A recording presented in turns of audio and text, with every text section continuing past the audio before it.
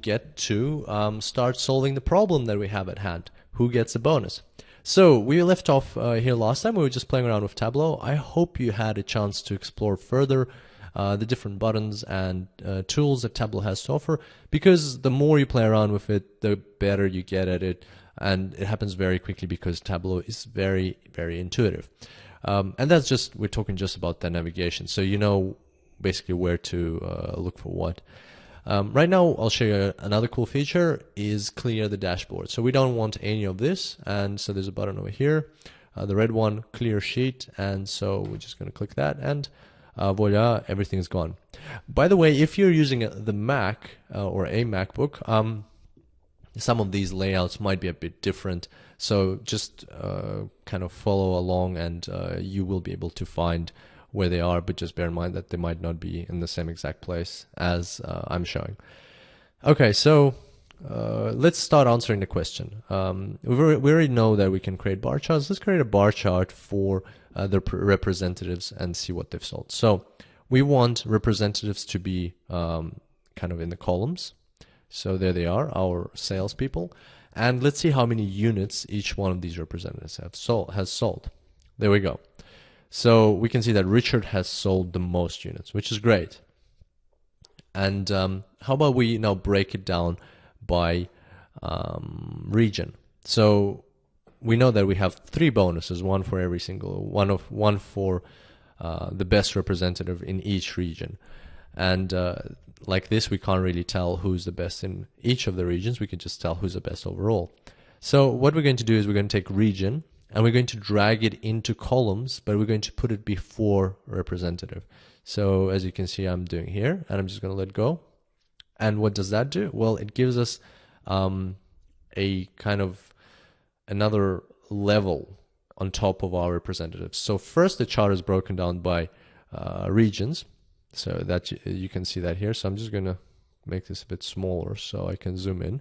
So here you can see that the chart is broken down central, east, and west, and then inside every region is broken down into by representative. And so that way we can easily tell who's the best in sales in each of the regions. So here it's Alex, here it's Richard, here's James. And so now I'll show you another cool feature. You can order these bars by their size. So if you see this little button here, so when you come roll over the axis, this little button here, so if you click that, automatically they're sorted by size. So you can see how it drops off. And you'd think that this answers our question, but in reality, no, it doesn't, because units is actually the number of items that has been sold. But as we know, our representatives are actually measured based on the dollar value of their sales. And so we need to find out the dollar value. But as you can see here, there's no actual dollar value, total dollar value of sales. We know that, and it's really easy to find it or to see that, because all of our numbers are kept in measures, so we don't even have to look here. We can see here that we only have units and we only have unit price, and we have some of these other fields which we will talk about further down in the course. But like the ones from our data are units and unit price. There's no total dollar value, and that means that we have to create that total dollar value. How do we do that? Well, it's quite easy. You just have to multiply the number of units the representative had sold by the total unit price for those units.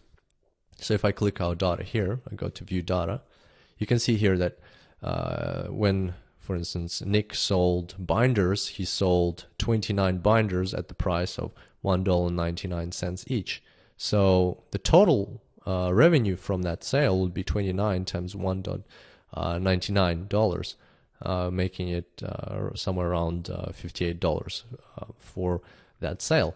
So we need to calculate that multiplied value, and apparently it's not present in our database or in our data set. So let's go ahead and do this in Tableau. And this is where we talk about creating calculated fields. So all you have to do is right click on measures, create calculated field, and we'll call it total sales.